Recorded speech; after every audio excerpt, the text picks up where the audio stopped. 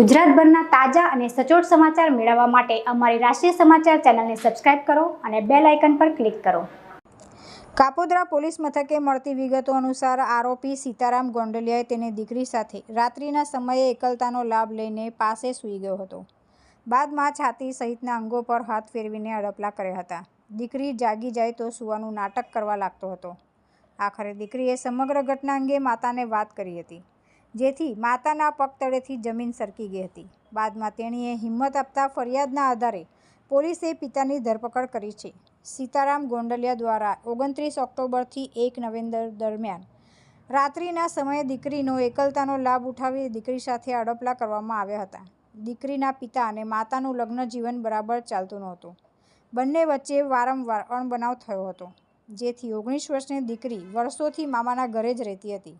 જોકે દીકરી દોઢેક વર્ષથી પિતા પાસે આવી હતી, જ્યાં એકલતાનો લાભ લઈને પિતાએ આવી હરકત કરી હતી। હાલ કાપોદ્રા પોલીસે આરોપી પિતાની ધરપકડ કરી વધુ તપાસ હાથ ધરી છે। તુલસી શર્મા સાથે રાષ્ટ્રીય સમાચાર, સુરત।